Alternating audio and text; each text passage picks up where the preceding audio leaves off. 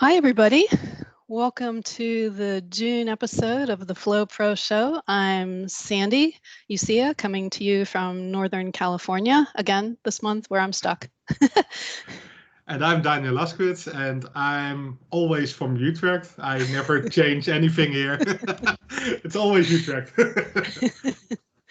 Welcome. And today we have a very special guest with us, Kent Weare from Microsoft again. Kent, do you want to just introduce yourself briefly? Sure, yes, and thank you both for having me on the show today. So my name's Kent Weare. I'm based out of Calgary, Canada, and I'm a lead on the PowerCat team. And so PowerCat is our customer advisory team where we work with strategic customers around unblocking them and ensuring of their success as they adopt Power Platform technologies. Great. Okay. Yeah, I think probably a lot of people wouldn't have heard of the PowerCat team. It sounds like a really cool team, personally. I'm sure they've heard of some of the folks that were like charter members of the PowerCat team. So we're not necessarily super visible, but some of the folks are. So Sarab Pant, who leads the team all up, and then there's folks like Samir and Pratap. They're also leads that are very sort of engaged in the community as well.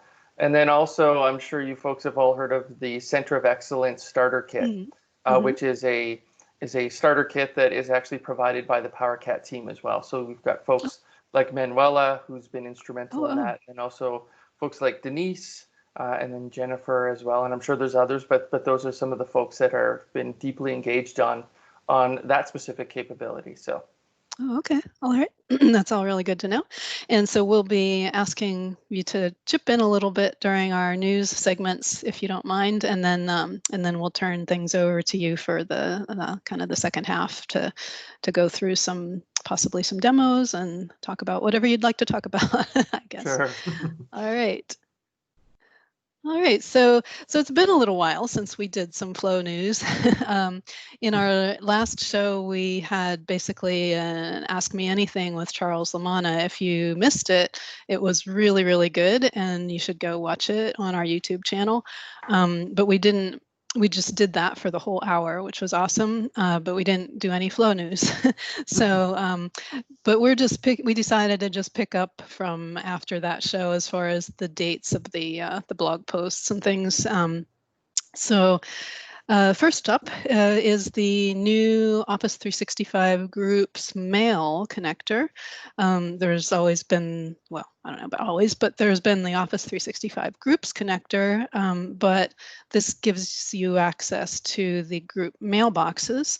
And just to be aware, you should go read that blog post, because if you do want to use those to retrieve what you might think is just emails from the group email inbox is kind of how it's presented to most people, but just to be aware that it does use the Microsoft Graph API behind it, and so you kind of have to follow that structure, which is that you've got your group, then within the group there are conversations, and within each conversation there are threads, which have to do with like which people are the recipients, as I understand it. Because like if you change recipients, then that kind of starts a new thread within the conversation. And then there are posts, which are the actual, what you would normally consider to be emails. So just to be aware of that, I don't know if you guys have anything to add on that subject. No, I think it's a good addition because a lot of people are using it. I think that they should rename the name probably, because it's currently Microsoft 365 Groups, I believe. So that's one. But yeah, I really didn't know that about the whole structure there from group to post. That's really interesting. Yeah, because in the blog post it goes through an example where you're trying to get attachments from emails, and you end up 3 or 4 loops deep because for each for each group, there are conversations. For each conversation, there are threads. It could be multiple. So every time you add one of those, it throws you into another loop, a nested loop. So it can get a little complex, it looked like to me. So just for people to be aware that it might not be as simple as it is, for example, to get just regular email attachments. Yeah. Another new action connector is the sync messages to Planner. And it's just got this one action, which requires no inputs, and it just has an output of a body.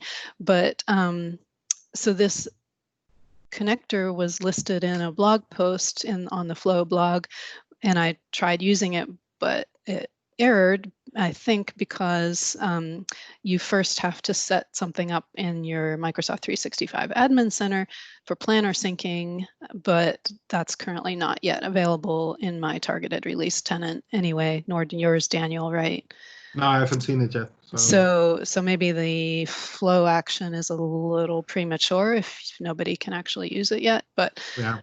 But it'll be there.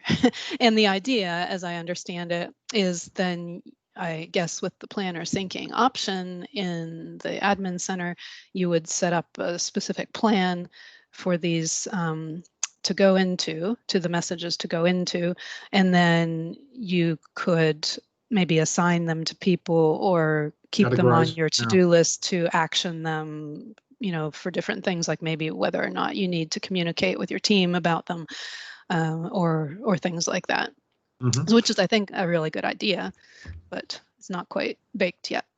Yeah, I have seen some of these solutions already, but then it didn't have the flow or the Power Automate action. And I think that that this makes it a lot easier, because I remember the other setup, and that was like 30-minute manual or something that you had to go through before it worked. So that was a lot more work. And this is way easier, so that's good. Yeah. So I guess you could either set it up, you know, to trigger on a recurrence, like you want to sync it once a week or whatever, or daily, or you could make it manual, where you sync it when you want to sync it. I assume.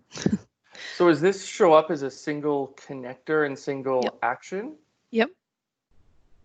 Oh, yeah. Okay. So you basically instruct it to go sync. So it's not like it's sort of listening and automatically syncing. Right. But you could instruct it to do it as a recurrence. But right. Yeah, right. Oh, good. Yeah, no, I can see this being helpful for folks, where it's like generally you need to action those items that are coming up in that message center. So so to ensure things don't slip through the cracks, this is neat. Yeah, I mean, since I don't have that planner syncing button in the admin center yet, I don't know what's all behind that. So I'm not sure if that also has some options to tell it how often to do it or something like that. Besides, I assume it would let you name the plan to sync them to.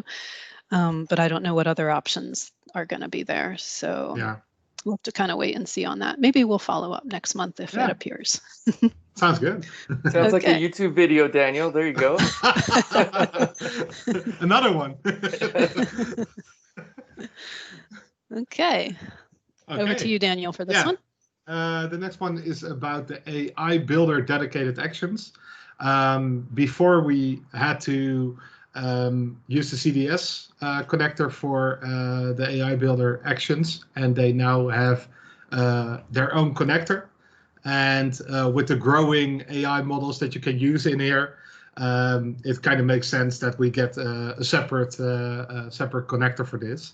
So this is really a nice addition, and it makes it easier for people to find them, because a lot of people didn't know about the CDS connector, of course, or they they were struggling because they were looking for AI Builder and they didn't see it, or something like that. And this makes a lot more sense, I think. So this is a really good addition. So it still uses CDS, right? Yeah, it still does. And because now AI Builder, of course, is a separate service. I think that it makes sense to also give it its own connector. So that's really a good thing. Yep. Okay. And yeah, next, go ahead. Yeah, next is the WinAutomation action.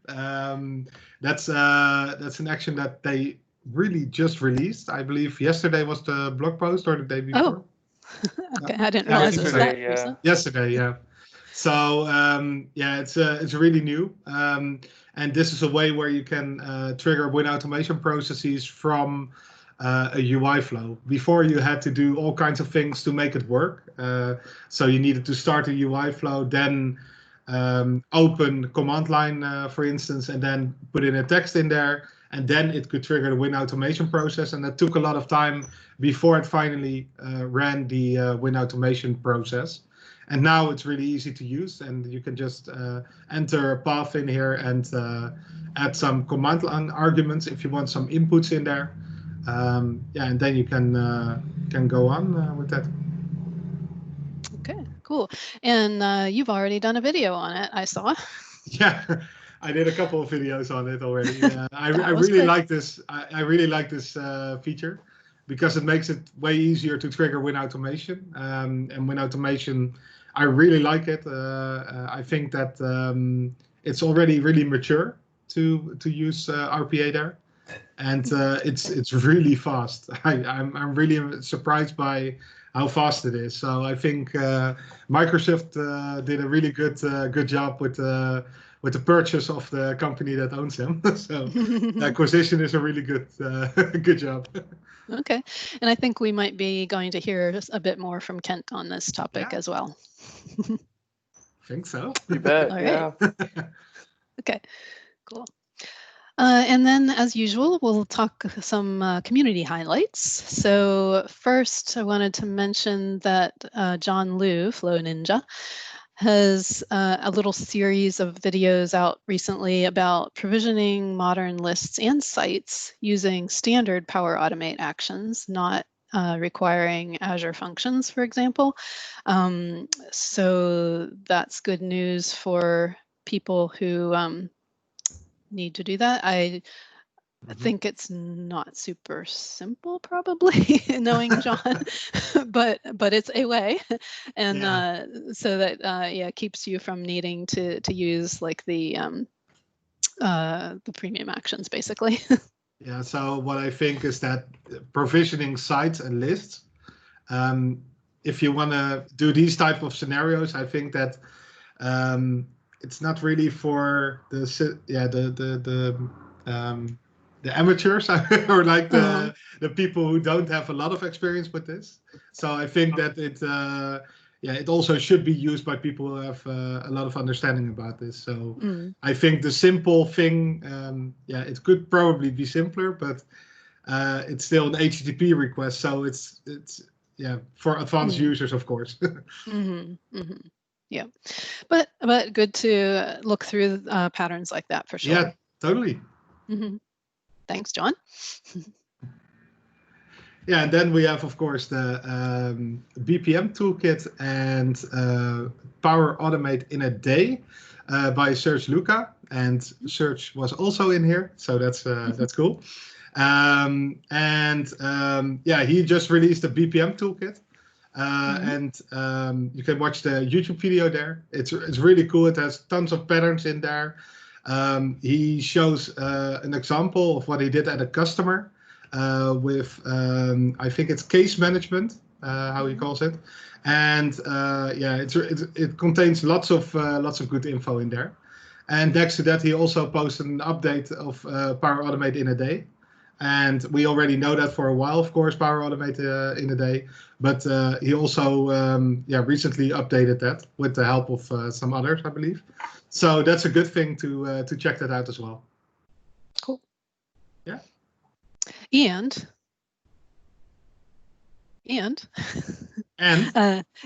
Serge is going to be our guest next month, actually. Yeah. So that's going to be fun. And so, yeah. Pardon? That's going to be fun. Yeah, it will be. Yeah, so he can talk about both of those things in lots of detail. Yep. And then last bit of community news. We think this is community, not just Microsoft, but this is Kent and John Levesque's new YouTube or webcast series, I guess, so called Automate It.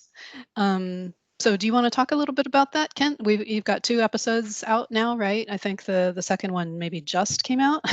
Yeah, just this morning. Yeah, so this is a combo of what we call like the community team that John's involved in at Microsoft, at the team he's on, plus the PowerCat team. So we also have Pranav, who's part of the PowerCat team as well, participating in these sessions, and then myself. And so our goal is to post weekly. This is going to be hosted on the Power Platform channel, the official channel for Power Platform. We're going to see a lot more videos from the PowerCat team showing up on that channel as well. So don't forget to like and subscribe. We always appreciate that. And so, yeah, so this morning there was a demo or a video on how to use SAP with UI flows. And so the purpose of the show is it will be predominantly focused on RPA, the robotic process automation offerings of Microsoft, but certainly we probably will spill into some traditional Power Automate as well. So Okay, Cool. great. yeah, we're really excited about this, and yeah, I'm sure as time goes on, we'll be looking for guests, much like you folks are doing as well. So so we'll stay tuned on that front. Would you cool. say your target audience is more enterprise level then? I would say so. Like just in general of RPA, like we certainly see a lot of that on RPA, but it's also we want to bring folks along that are new to Power Automate and RPA as well, right? So we kind of look at it from 2 different perspectives. Generally with RPA, you tend to have these centers of excellence. So when you go into some of these large organizations, they will have groups that are dedicated solely to automation that typically have some sort of an RPA function. And so we naturally want to ensure that those folks have like relevant information that they can use from a patterns and practices perspective to ensure they're doing the right things. But then also on the other side, we absolutely realize we've got this outstanding community inside of Power Automate, and we want to expose them to RPA as well. Because much like the rest of the Power Platform, we want to make RPA as approachable as possible, democratize who has access to it, and then make it available to as many users as possible where they see value. And so we're going to be essentially pulling from both sides of that pipeline and bringing those 2 audiences together. Great, cool. Thanks. So now we're going to go ahead and turn it over to you, Kent. I will stop sharing my screen and probably. I guess I can just take it over. Yeah, if probably. that's all right. Yeah. So what I figured I would do today is I have 3 demos that I can share with you folks that will. Oh, let me move this over across. That always does this. Hold on, where's my mouse? Here we go. 3 different demos that I wanted to talk to you about today. And actually, it's fairly relevant based on your news. I'd say that was more luck than anything else. But I figured we'd start with some Power Virtual Agents, and also RPA today, and some of the WinAutomation stuff that you folks had talked about before. So the first scenario I want to walk through is actually the new AI Builder connector and using the predict action. And so this was a demo that Pranav and myself put together for a Partner Architect Bootcamp last Friday. And so we figured, oh, actually, this fits pretty good. So when I saw that as part of your news, I'm like, okay, we'll add this to the list as well. And so the scenario is we've got a mother, could be a father, but in this case, it's a mother, who purchases a scarf for her daughter. And she buys this in store at basically some shop in the Pacific Northwest in the USA. And she figures that she's got enough time to get it over to her daughter, who lives in the East Coast of the United States. But then realizes that she made a mistake and she wants to go ahead and have a rush order. And so in this case, she's left the store and she needs to engage with a chat bot for that specific vendor in order to see if she can actually get the shipment moved up, fast-tracked. And so what we're going to do is we're actually going to use AI Builder and we're going to leverage existing customer data that would outline how long it takes to basically ship a product from one place to another. And we will use that previous data to predict whether or not this will be possible in this particular scenario. So on the right-hand side here, we've got our CDS instance where we've loaded it up with training data, and then we've gone ahead and used the binary classification capabilities inside of AI Builder to give us a binary response, thumbs up, thumbs down, true or false, is this going to be possible or not? And then what we're going to do on the Power Virtual Agent side is we're going to have a conversation with that specific customer. We're going to capture some information about them, validate it inside of CDS so we know they are who they say they are. And then we're going to go ahead and run that live prediction model based upon these new inputs and to see how this actually, if it's going to be possible or not. And so naturally, when you train this data, and we just use some data off of GitHub, there's some existing training data for all of the exercises that the AI Builder team provides. So we just use some of that data. And there's different pieces of data that have more influence on this. In this case, what it ends up being is the shipping, basically the shipping weight, and also the price of the specific product have big impacts. And then naturally the purchase date as well. So obviously we would probably tune this data much more than we have for production, but I think it just illustrates the point of being able to include AI Builder scenarios inside of Power Virtual Agents. So let's just go ahead and let's bring this use case up. Sorry, and I didn't have time to clean up my windows before. So it might be a little messy. Okay, so Nice. I'm here in Power Virtual Agents. And what I have is basically kind of like a customer service bot where I can ask the customer like what they need help with.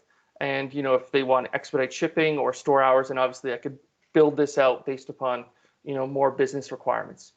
In the case of it being expedited shipping, we're going to ask for their name, their customer ID, and then we're going to go ahead and call our first flow. And our first flow is basically going to go ahead and validate they are who they say they are. And then we're going to actually go ahead and get their latest order. And then once we get the latest order, we're going to ask them like if they want to go ahead and provide a new ship date, a proposed ship date. And then this is where we'll call a second flow where we're going to actually interface with AI Builder.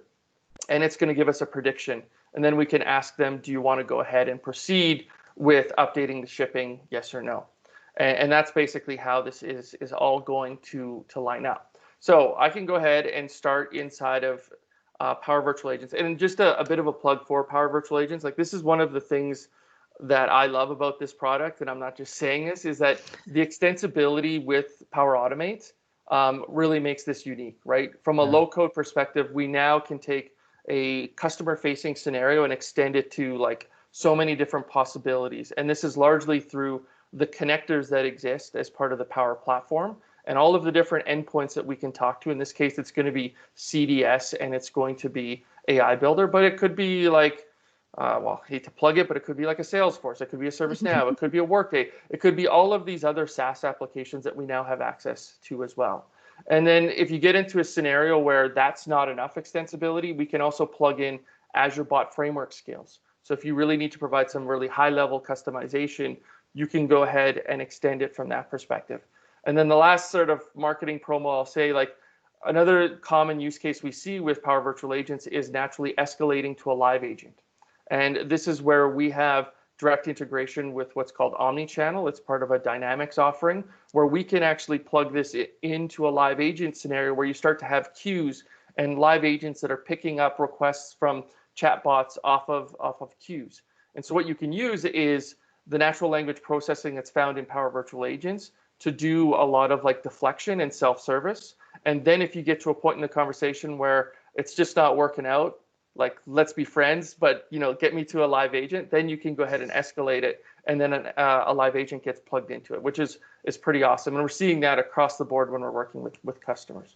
So I'll get off my soapbox here and then we'll just go ahead and run the demo here. So I can go ahead and just say order status. I'm just going to get right to the point.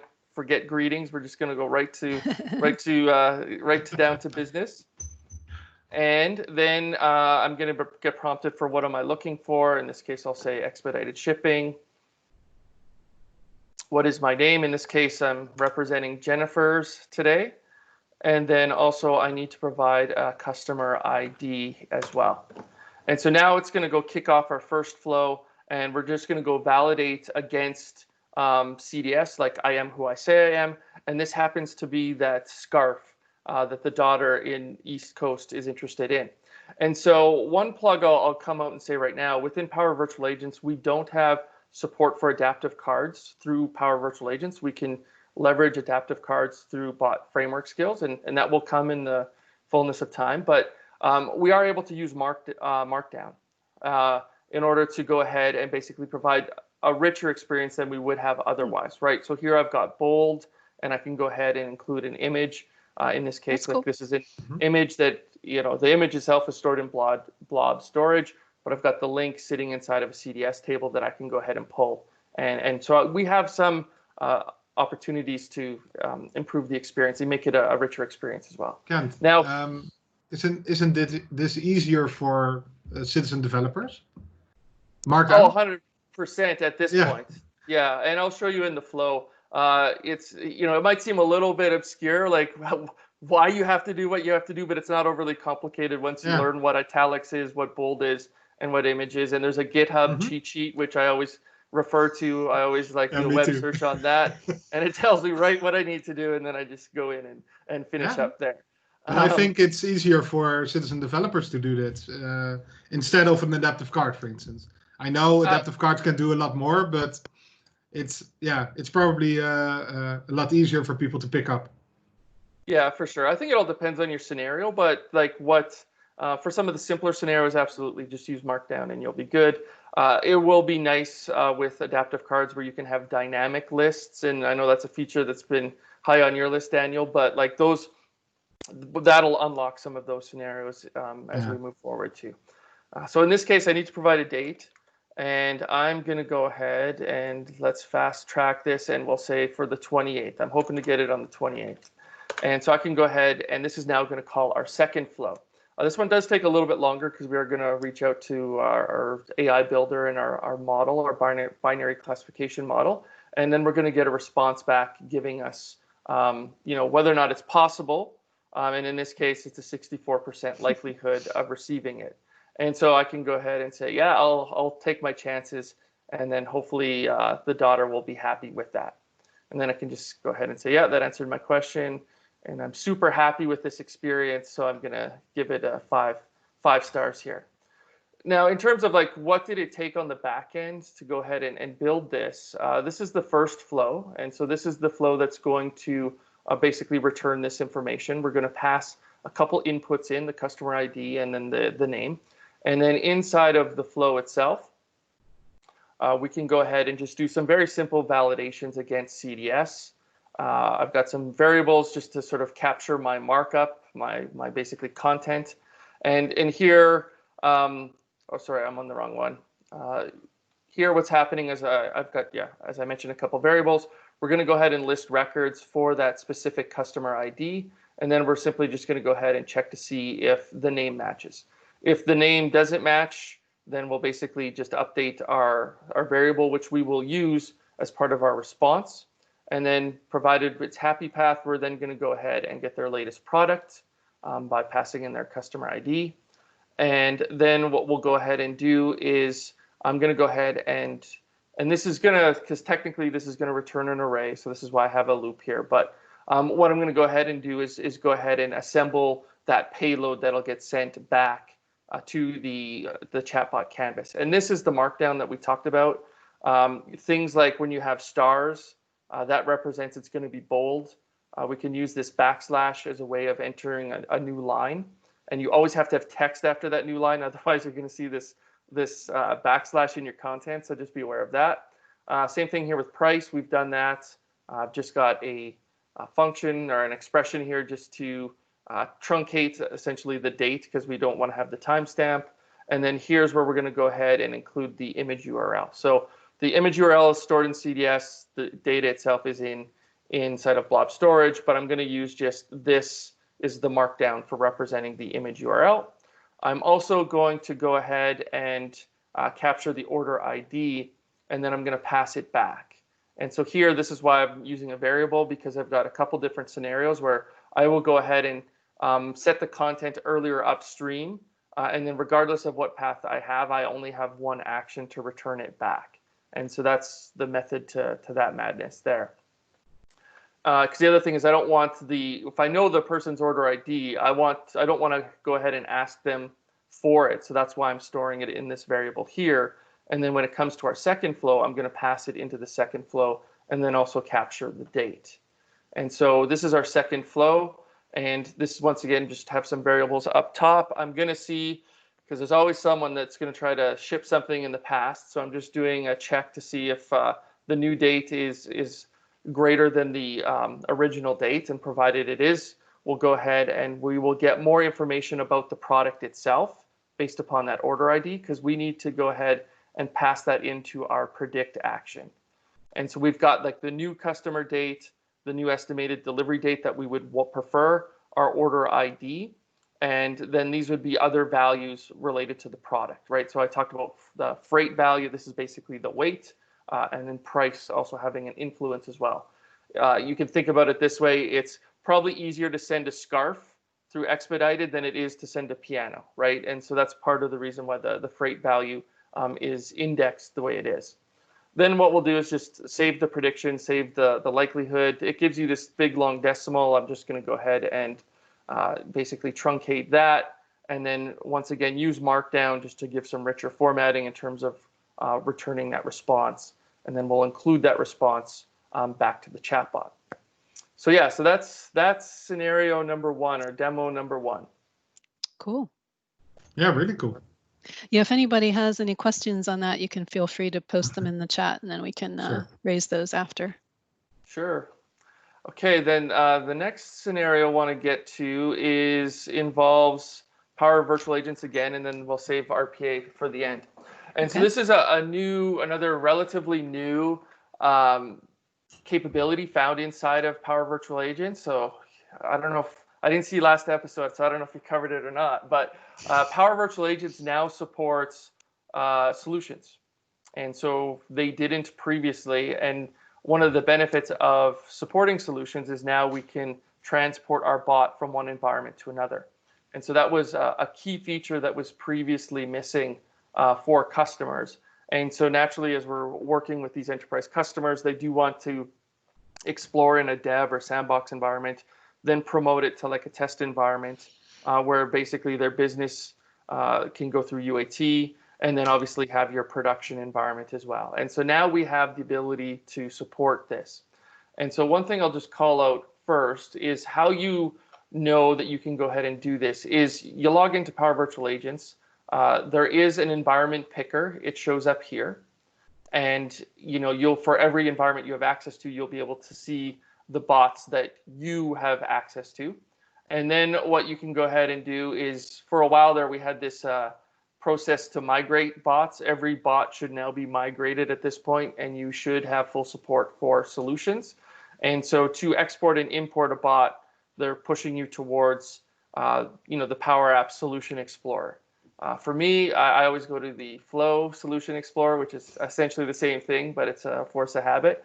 And so what that means is when I go to a solution, in this case, I'll be in my dev environment. In order to get a bot into a solution, what I do need to do is I do need to create a new solution. And actually, sure, let's just do it.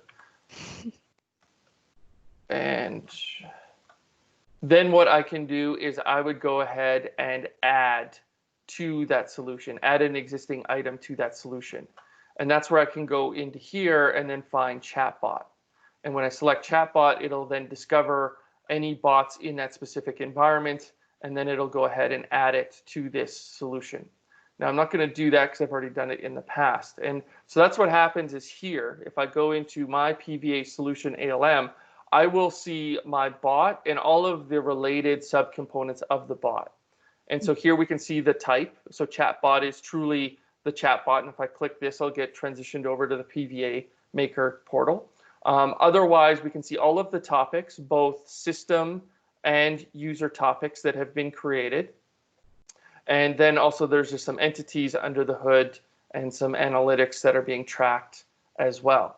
Other important thing to note is we talked a bit about how important Power Automate is for Power Virtual Agents when it comes to extensibility. And so what that also means is that we will have a flow in here. And so in this case, we've got the next demo, we're going to get the temperature. And so this is actually a flow. We can see it as a type. This will automatically be brought back into this solution that we have. Now, naturally, from this perspective, we can go ahead and export it manually. And that gets us part of the way. But then we'd have to manually import it into subsequent environments. Now, what I wanted to show today was talk a little bit about the build tools that have been recently updated that can allow us to actually transition it from one environment to another environment. So just to keep me honest here, I'm in the dev environment and we've got my solution. And if I go ahead and transition over to my build environment, I will also see the same solution. And that would be because I had gone through an Azure DevOps ALM process, a DevOps process where I will go ahead and be able to move this from one environment to another environment. And then the same thing from a prod perspective as well, where I will also have this solution. If we go ahead and click on it, we're going to see all of the components and subcomponents that make up that solution. I won't show you prod, you'll have to trust me, but same idea, right? We've been able to keep these essentially in sync. Now, how do we go about doing that? So now I'm in Azure DevOps. You can go ahead and try this for free for individual, actually a small team of up to 5 people can use this for free, which is great. As part of that, we naturally have a source code repository where we will store all of our assets that exist in our solution, and then we have pipelines. And you can think of pipelines as really just our automation, and we can configure different tasks in order to perform different like functions, and it will be consistent across every single time we go ahead and run this. And then lastly, what we can go ahead and do is create a release itself, and that release goes to production. So let's just take a quick look at a couple of these. In the case of PVA, since we're talking about PVA, I've got 2 pipelines here. The first one is going to export from our dev environment. And if I go ahead and click on this and then click on edit, we're going to see all of the tasks that are part of this specific pipeline. Now, how do you sort of get these tasks or build these tasks? It's through the Power Platform build tools. And so what happens is if you go over to your marketplace and just type in Power Platform, it used to be called Power Apps, you will actually be able to go ahead and install these build tools at no cost that help you perform all of these different actions that we're just about to take on. So whenever you build a pipeline, you always need to start with the tool installer. And in this case, what we're going to do is we're going to go and reach into our dev environment, and we're going to export the solution. So instead of doing that manually like we could have done, we're going to automate that. And so naturally, we need to have access to that environment, and that's where we'll go ahead and create service connections. And so for every environment that we're going to touch, we need to go ahead and create one of these service connections and provide the right credentials. Now, another recent updates to this capability is before it was supported just username, password, basically basic auth. Now, for customers that were using MFA, this created a challenge, and rightfully so. But how it's been fixed is now there's support for service principals. So you can go ahead and create a service principal inside of Azure AD, and then go ahead and create an application user inside of CDS, and then basically use that application user to connect, which gets you around MFA because technically you don't have credentials, you have a client ID and a secret, which aren't bound by MFA. So that's a big piece of info for folks to know. The next thing we can do is we'll want to use variables basically to capture the name of our solution, in this case, my PVA Solution ALM, just because we'll refer to that many times over. So that's what this $sign solution name means, and then where we'd want to output this file, this export file. Then our next step is, and this is kind of interesting, because you can think of it, people naturally, like everything's in the cloud. Microsoft has multiple copies of your data to deal with like any sort of issues or like disaster recovery and basically, disk drive failures and all of those types of things. But people still want the assurance that they've got their Power Platform solutions backed up or placed in source code. And so we're not storing the whole solution. What we're actually doing here is unpacking the solution. So taking all of the individual components that you saw there, the flow, the chatbot itself, all of the individual topics, that CSAT entity, and basically unpacking all of that configuration and storing those in source code as individual items. And then what we're going to go ahead and do is we're going to commit that unpacking all of the assets we've just unpacked into the repo, so that if we go to the repo, we can actually see all of our individual components. And we could go ahead and look at deltas and diffs and those sorts of things, since that we've got all of these assets in our repo itself. And these are all just essentially text files. So that's another important thing to realize or to know about. And let's just flip back here. Actually, and that was basically it. We're going to commit to the repo. So that's kind of like what we would call stage 1. Stage 2 is we would have basically addressing our build environments. We've got dev, we've got build, and we've got prod. Now, you go ahead and replace the term build with test, totally up to you. But we're going to go ahead and just perform similar actions, right? We're going to go ahead, we'd unpack the solution, persisted it into source code repository. Now we're going to pack it back up. We're going to then import it into our build solution, and then we're going to go ahead and export it from our build environment, rather. And then we're going to go ahead and publish that artifact as the whole solution itself.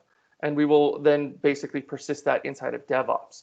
Now, when it comes to our release, where we want to deal with our prod environment, we don't have to go through that whole unpacking, packing exercise. We know we've got a valid package. And here, what we can go ahead and do is just take that package and go ahead and deploy it. And so in this case, all we're going to do is import the solution.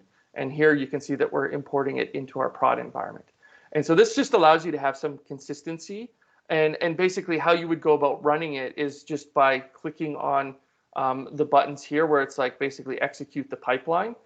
The other thing is you can schedule all of these activities as well. And then lastly, another plug for Power Automate, using the DevOps connector, you can also trigger these things as well. And that was my next question. Yeah, so it's one of those things where sometimes customers say, like, I don't want to deal with this manually. Like every night, I just want this to occur. Great.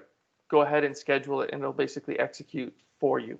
Now, one thing I will call out, just in the interest of transparency, there's still some work to be done in this area, especially around flows, where with flows, you do have to touch connections as you transition them into different environments. And so that is, obviously an area that the ALM team is aware of and is working towards. And so that's where you get into a bit of the debate around managed solutions versus unmanaged solutions, because with managed solutions, technically you're not supposed to touch them as you promote them upstream. And any configuration or changes made to those actual solutions, actually the changes get stored in an unmanaged layer, which does create some complications. So typically I just am in the unmanaged camp for now, but conceptually I'd love to get back to the managed camp in the near future. Cool. Any questions on that?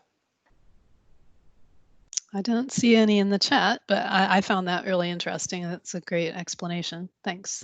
Yeah, and it's something I just encourage people to look at. Like this idea is not going away, right? So there might be a few bumps in the road, things to be aware of at this point in time, but it is something that folks should really be considering around like enterprise grade solutions. And certainly this also works with UI flows, where you can include UI flows, and that's one way to transport your UI flows from one environment to another. So do take a look at it. There's some recent content. There's actually a great session at Build, the recent conference last month, by Per and by Shan, and then also by Casey Burke. And so go ahead and check that one out, because they talk about environment variables, which is pretty important too when we start to think about basically like site URLs that might be in SharePoint and things like that. So they give you a glimpse in terms of what's coming sort of through a user experience, and then naturally those things will get transitioned into this automated experience as well. Very cool. Cool. Okay, so then that's demo number 2. So let's we do actually have a question now from Geeta, is asking any plans for unit tests to be packaged/added as part of build actions post-release to an environment? That's a good question. I'd have to take that one away. To be honest, I'm not sure. But I agree, like this is something that is important. And yeah, I'll have to take that away because I agree.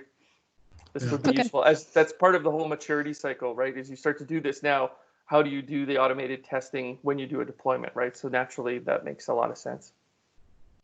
Okay, thanks. Cool. So next up, we'll talk about WinAutomation and the new action that's available to call WinAutomation. Okay. And so here, I've got, this is the WinAutomation basically designer studio. And as part of that, we've got some examples that they provide out of the box, and then some basically processes that I've gone ahead and authored as, you know, using this tool itself. And so the scenario I want to talk a little bit about today is how we would go around about scraping energy prices from a web page and then be able to store that information into an Excel spreadsheet.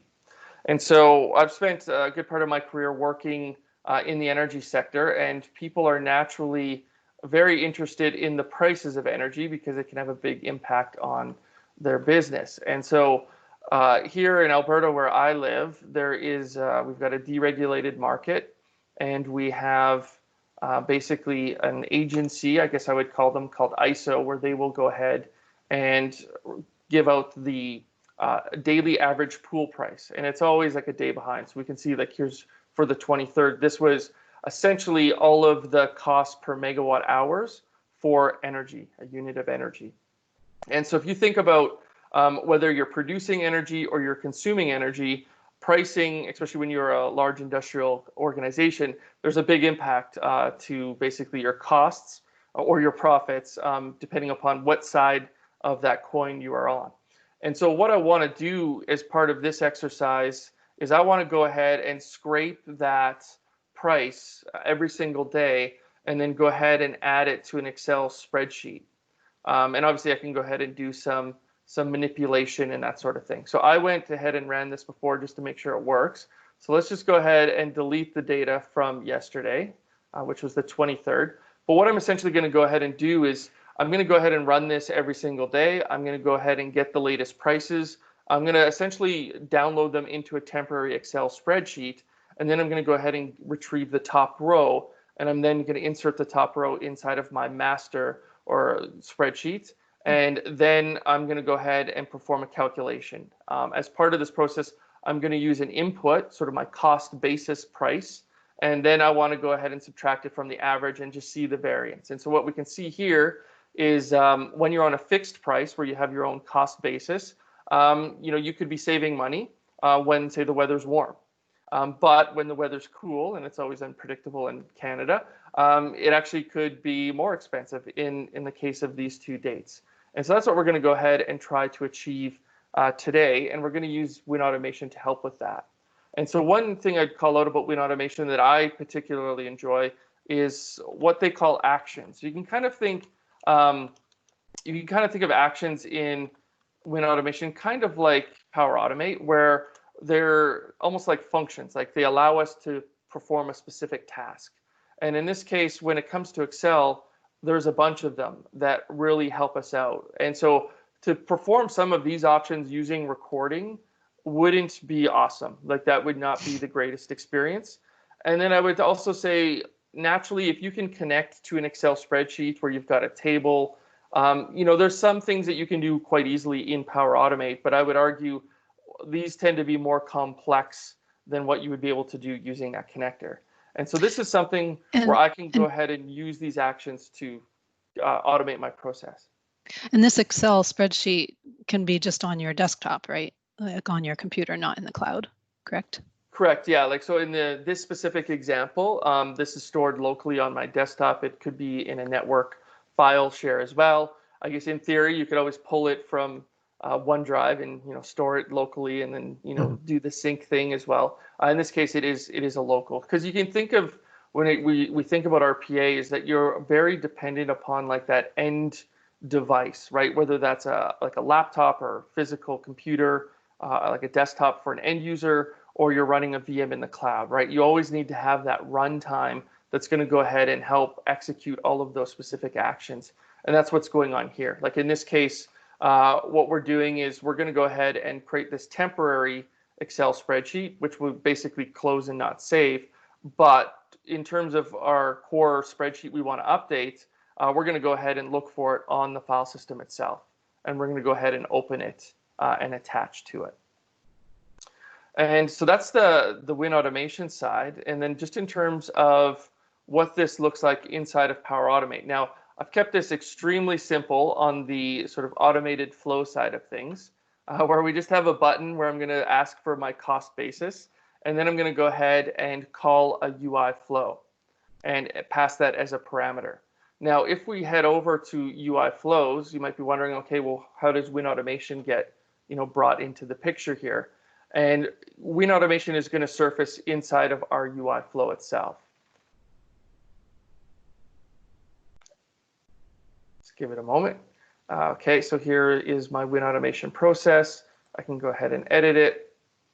And here, typically what would happen, or previously, prior to the WinAutomation acquisition, you would see this experience where it's like, okay, now I'm going to go ahead and record. In this particular example, we're going to go ahead and call this action. Now I'm not going to click on that. And then as Daniel had mentioned before, what you need to do is when you call a WinAutomation process, you need to provide that process path. And that was represented as part of this hierarchy that exists over here. So we can see my processes, we can see Kent, and then we can see scrape energy prices and write to Excel V2. And so that's what we're doing here. And then in terms of passing in parameters, I am going to go ahead and pass in my cost basis. Any parameters do need to have the quotes around it. And if you wanted multiple, you just hit the space bar, then wrap your, another dynamic content attribute, and then pass it in from that perspective. Now, in terms of the natural question is how to get the data back out. That I would say there's things you can do. I know Daniel's covered that in one of his videos where he's using PowerShell to go ahead and call back into the flow. Naturally, you could also write a file, and there's going to be more seamless ways of doing that in the future. This is really sort of step one as part of this overall integration of the WinAutomation suite itself. Now, one thing which is worth calling out inside of WinAutomation is in terms of those command line arguments, how do I ingest those into my process? And that's where we're going to go ahead and use this action, which is command line arguments. And then what I'm going to do is save it as a variable. And since command line arguments typically come in as an array, I'm going to go ahead and get like the first index. If I had multiple, I would obviously increment my index. And what I do have here is just a display message. It's more for debugging, just to say, okay, this was the value passed in. We can go ahead and disable that as well. So that's a nice feature of WinAutomation as well, is where when you're testing and building, you can selectively turn things on and off from that perspective. So with all of that said, let's just go ahead and let's run this. So let's click on test. And let's just say our cost basis for today is $33 per megawatt hour. And so what's going to happen now is we will see WinAutomation light up here on the bottom right-hand corner of my screen. And we can see that our process has started. Now it's blinking at me. And the reason why it's blinking is because I have this input value. And so naturally, I wouldn't leave that in production. And now we're going to see the web page load up. We're going to go ahead and scrape it, store it in essentially a temporary Excel document. We're going to go ahead and retrieve that information and then go ahead and put it into Excel. So you can see Excel's now lit up on my machine. It'll flash in front of us here shortly, where it's going to go ahead and do all of that work. So here we go. This is the temporary side of things. So it's done with that. And then we'll go ahead and see Excel pop up in again, and then go ahead, insert the new row, perform the calculation, then close and save the document. Oh, and then it looks like I do have some sort of issue going on here, which was unintended, but let's go ahead. I think, so the maybe it's the update thing, maybe? Maybe, yeah, maybe. But we do see, like, here's the spreadsheet itself. We've inserted a new row. Oh, I think I just might have still had it open from before. And and that's why we've got this going on here. But you get the point of how all of this goes ahead and works. And so this is something that you can go ahead and build out quite quickly. Like, I think to do a lot of the recording, that would have taken a lot of time and a lot of like trial and error, whereas, you know, leveraging a kind of combination of both here. We're using recordings, but we're also using these actions, I think is a good opportunity as well. Yeah, that's really cool. I didn't know that about WinAutomation. That's very neat. Yeah. And so, yeah, you'll only see just more and more sort of investments made in terms of how this all comes together. And obviously having a very great user experience is top of mind for folks as well. Cool. Yeah, I really like it. I see all the actions and I really get excited because I like as much actions as I can have. I think they really have a rich set of actions, and that's really good. Yep. So I don't see any other questions in the chat. There was just one about double quotes or single quotes, which Daniel answered. That's double quotes and for the parameters to pass. But yeah, I think we're just about out of our normal time, but really thank you a lot, Kent, for showing us these demos, and especially on a somewhat short notice, I guess. Yeah. But and I mean, you know, a lot of times when we see demos like at Build, I'm pretty sure they're pre-recorded and, you know, the glitches are taken out. So it's pretty awesome to see super live demos. Yeah, really. And cool. you're gonna like take that glitch out, right? I'm just joking. But yeah, thank you so much. Thanks a lot. Thanks for having me. Yeah, great. And thanks everybody for joining. We really appreciate it. And be sure, the recording will be up on our YouTube channel later today. And so be sure to share that with all your friends and let them know to join our next one, which will probably be late July at some point with Serge as our guest. All right. Thanks, everybody. Thanks for having me. Bye-bye. Bye. Thank you.